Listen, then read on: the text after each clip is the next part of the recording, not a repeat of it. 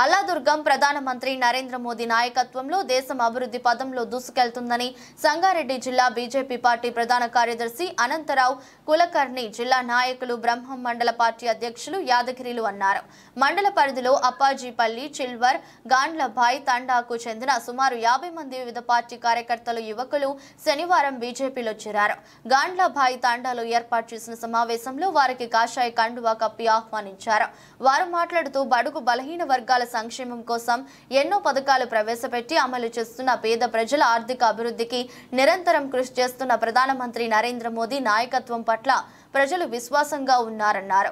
మూడోసారి బీజేపీ అధికారంలోకి రావడం ఖాయమని, ప్రతిపక్షాలు ఎన్ని కుతంత్రాలు చేసినా బీజేపీని భారీ మెజారిటీతో గెలిపించేందుకు ప్రజలు సిద్ధంగా ఉన్నారని, వచ్చే సార్వత్రిక ఎన్నికల్లో జహీరాబాద్ బీజేపీ అభ్యర్థి బీబీ పాటిల్ను అధిక మెజారిటీతో గెలిపించి మోదీ నాయకత్వాన్ని బలపరచాలని కోరారు.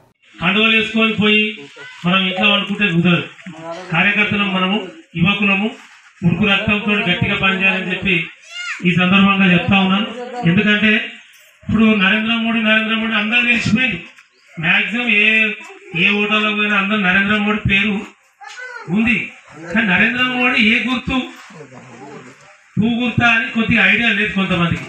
కాబట్టి మనం గ్రామాలలో నమూనా బ్యాలెట్ తీసుకుపోయి గట్టిగా ప్రచారం చేయాలని చెప్పి మనం అందరము అది చేయాలంటే ఎవరు చేయాలి? మనం గ్రామాల్లో మీరే చేయాలి, యువకులు చేయాలి.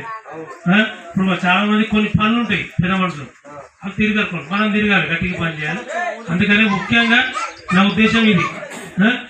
ఇక చెప్పుకోవద్దు, ఇంకా చాలా